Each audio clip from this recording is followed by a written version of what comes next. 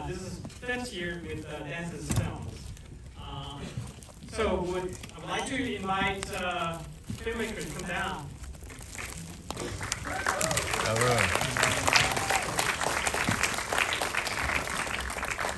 Oh, by the way, my name is James.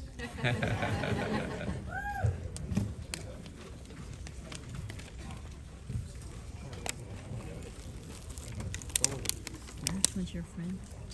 Aim your phone at this camera, enter the voter ID. I see. I'm gonna report first. You have a voter ID? Yeah, somewhere in here. Here, these things. Okay, now what? That one. And then what am I supposed to do? Go. Use your phone. Oh. There's a QR code. Oh, jeez. You go there and you vote. Now, remember, I don't have an iPhone. Regular phone. Yeah, that's what I'm saying. I'm not used to this.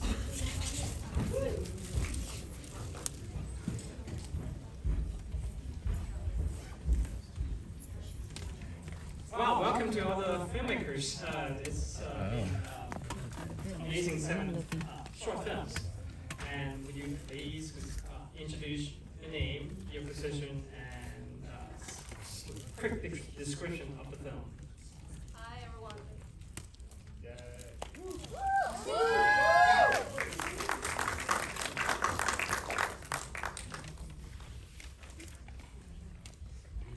Just use yours. Oh, okay. This time works. Hey everyone, my name is Olina Wang. This is my crew. We're from film Call Me By My Name. Yeah. I'm Cynthia Xinchen, editor of Call Me By My Name. Okay, I'm on camera. Hi, my name is Royce. I'm director of Call Me By My Name. Hi, my name is Kathy Woods. Great to be back here at Dances with Film again this year. Yes, I am the lead in Call Me By My Name. Yes. Hi everyone, I'm Gayu Zhou and I'm the producer of Abdullah, the last film. How do I do that? Hi everyone, my name is Tian Hui Huang, and I'm the writer and director of the last film, Abdullah. Hi, I'm Raden Li. I'm writer and director for Mantis Club. Hi everyone, I'm Kay Zhang Niuyue. I'm the writer-director of Mother in the Mist, the very first one. Hi everyone, my name is Robin Wang and I'm the producer for Mother in the Mist, the first one. Hi everyone, my name is Eris Zhao Yanxin. I'm the co-producer of Mother in the Mist. My name is Ray Wang. I'm the director of the animated short There You Are. Hi, my name is Rondon. I'm the co-writer and co-producer of the animation There You Are. Hi, my name is Zhang Kaixiang. I'm the lead in A Lonely Love. Unfortunately, our director Edward Fan got COVID a few days ago, so he can't be here.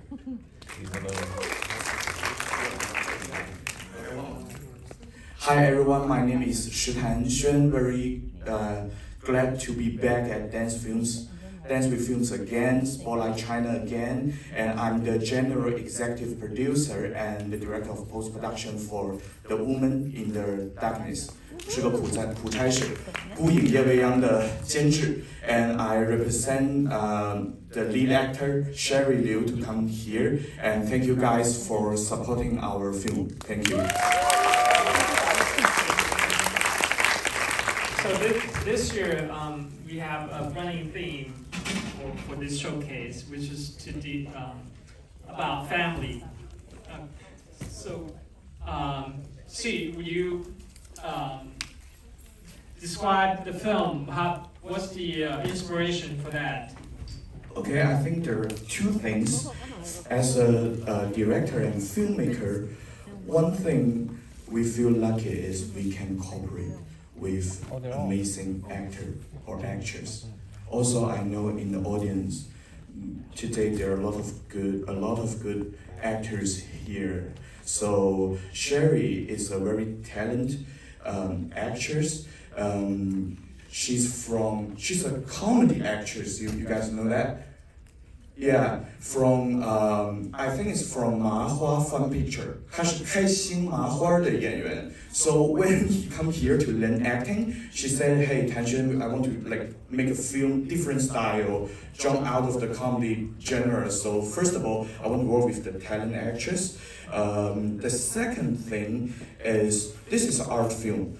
James know last year in Spotlight China, our team, I directed a film called Magician, Game of Detective. It's a detective suspense story. So what I want to do is, this is an art film, but you guys can also find some elements from suspense movie, commercial movie. So 对，我想进行艺术和商业的一个结合的一次尝试。So so that's why we want to make a project, art films with commercial film elements, to make a story which the theme is about against the violence of female. So I'm very happy to be a part of this film. Yeah. That's very good. Great. So, how do you prepare your role? Me? For Lonely Love. Oh, yeah. And is new immigrant working in some very tedious job that you don't want to be there, and you're looking for love. Both of you looking for lines. So how do you prepare for that role? The other lead in the film is actually one of my classmates from USC School of Dramatic Arts. Yeah, hi. We are both MFA actors from that program. And we actually know each other very well. And I actually had a crush on her. Didn't tell her. The cat is out of the bag. In the first semester, I don't have a crush on her anymore. I'm sorry. I have to focus on my art. That's what she said. So there isn't actually too much thing to prepare for because the lines are so well written. You know, even though some of the lines are a little bit hard for me to say because it's kind of too formal, but I mean it's love, right? It's universal. No matter where it happens, it's deep inside you. You cannot deny it, right? So even though I played on the sewer, it doesn't affect too much. So that's it. I mean, it's all in my nature. It's all in everyone's nature. The love, the fear, the concerns. When you meet someone, you're like afraid to tell them how you feel about them. So yeah. Thank you. And there you are. Yay. The film is about family reconciliation. Yes, actually the theme is about teenager Sue, who is suffering from unresolved grief. After her mother dies, she feels estranged from her father, who seems already have moved on. So Sue is forced to deal with her unresolved grief. And Ronnie and I came up with this idea earlier in spring 2020. And maybe you can talk about some inspiration. Okay, so Ray and I also experienced some of our friends who experienced those hard moments in their child life, and then we witnessed their change mentally and behaviorally in their grow up. So we want to make something to our friends. So those are the programs. Yeah. Very good. And next round, Mother in the Mist, right? So to a lot of people, this is very heartbreaking film. So what's the inspiration? How do you came up with that story? The inspiration for the story came from the relative friends of the director. During the director herself is from Wuhan, by the way, and then it was in the early stages of lockdown in early 2020. where she heard a lot of the stories and horror stories about this is like unprecedented lockdown, and mothers were separated from daughters, and babies, family members were separated. Even now, you're still hearing similar stories from Shanghai a few months ago. And so we're trying to use this story to really spotlight on the humanity and the struggle of the everyday life against the massive backdrop of the global crisis. How do you come up with the ending? It's a good It's one. a dream sequence. Yeah. For me, I think any like realistic portray of what really happened is it doesn't really reach the sentimental effect. And for me, I wanted to dive into the consciousness and the subconscious and the dream and reality. I want to dive into that space to evoke the deepest feeling of everyone, of every audience, because I feel like for something that's so traumatic for a whole generation, for generations, plural, we really want the space to think about it and to reflect on it by ourselves. And the best way is to give a mysterious, for me personally, as inspired by, I don't know, Charlie Kaufman and like Angelopoulos, I think the best way is to leave some space for explanation and for people to project their own understanding and their own memories to it. Yeah. Awesome. Thank you. Mantis Club. Why Mantis? So like I was during a road trip and I saw a BBC documentary about praying mantises.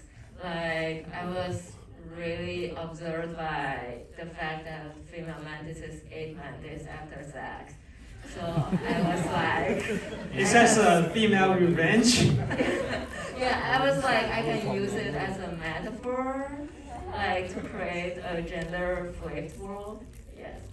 Okay, so usually in a lot of Hollywood films, the roles between the male and the female is reversed. Usually the guy is much older and the woman is much younger. And you have anything to add to that, or how do you prepare for that? So like what I really want to depict is the gender power dynamic between men and women. And I think my film is a satire about gender power dynamic. So I intentionally reverse the gender and the age too. Because in the real life, it will be a 17-year-old girl meeting an older man, which is dangerous. She's worried about she'll get raped. If you flip the story, this is what the story about. Yes. Okay, very good. So, call me by my name. Abdullah, sorry. Okay, Abdullah. skip it. So I went through the whole thing. How do you come up with that story with an Pakistani boy wanting to reunite with his mother? Yeah, the story comes from the real life because it was, I come up with the story when I was in China during COVID, and I saw these Pakistani boys on the road, and I talked to them. Some of them were born in China and they have been living there for their whole life, and they go to public schools as Chinese kids. So I become interested in their lives and their experience because I am also a foreign student in the United States as well. But unlike the United States, China is not an immigrant country. So I have become interested in how these kids live in China, how they cope with their identity and their different cultures. Okay, thank you. Call me by my name. Yes. Woo! Yay! First, I want to have all the cast and crew of the Call Me By My Name stand up. Cast and crew, call me by my name, please.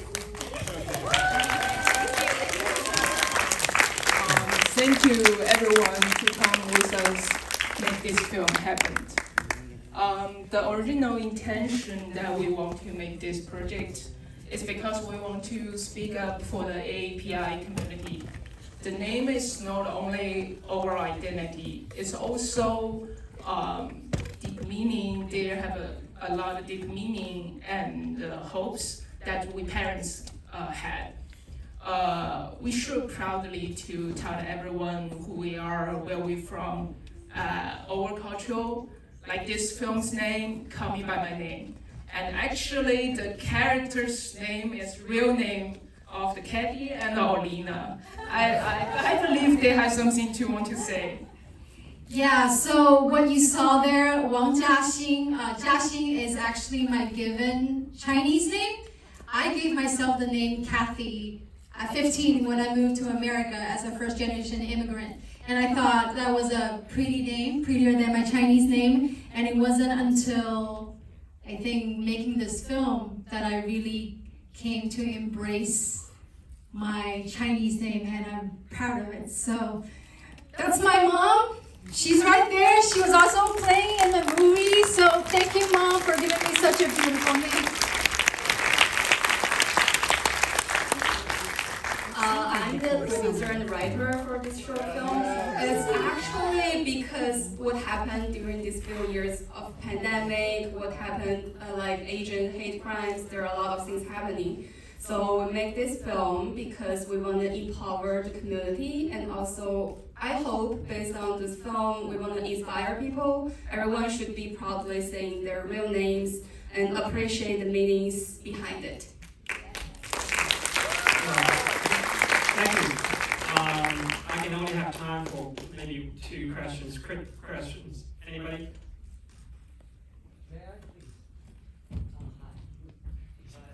I'm right, you are the team, these 3 ladies here, that did the animation, am I right? I have to say, this is the first time I've seen such a style of animation. I would love to learn exactly what kind of style is this animation. Please, maybe you want to share with everybody. I'm sure many of the audience probably have the same doubts, right? It's such a beautiful piece, but we don't know what it's about. It's so different than all the commercial, animation that I've seen in my life for the last 20 years. Please tell us. We'd love to know.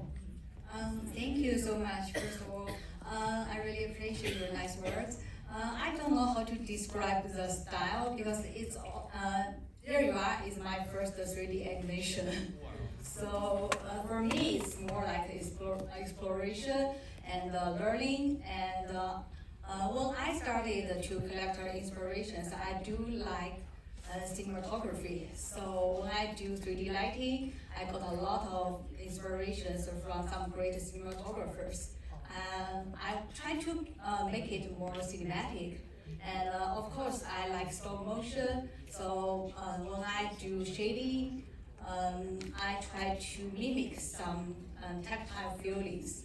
So I think I just collect everything I like together, and then there you are. That's it.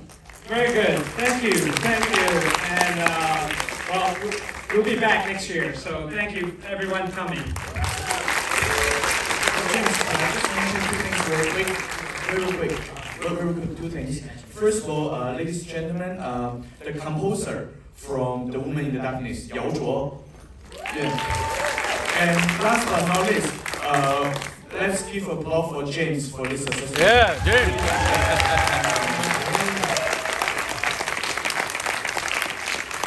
Thank you. Thank you for coming. Thank you guys, and ladies and gentlemen, we do have an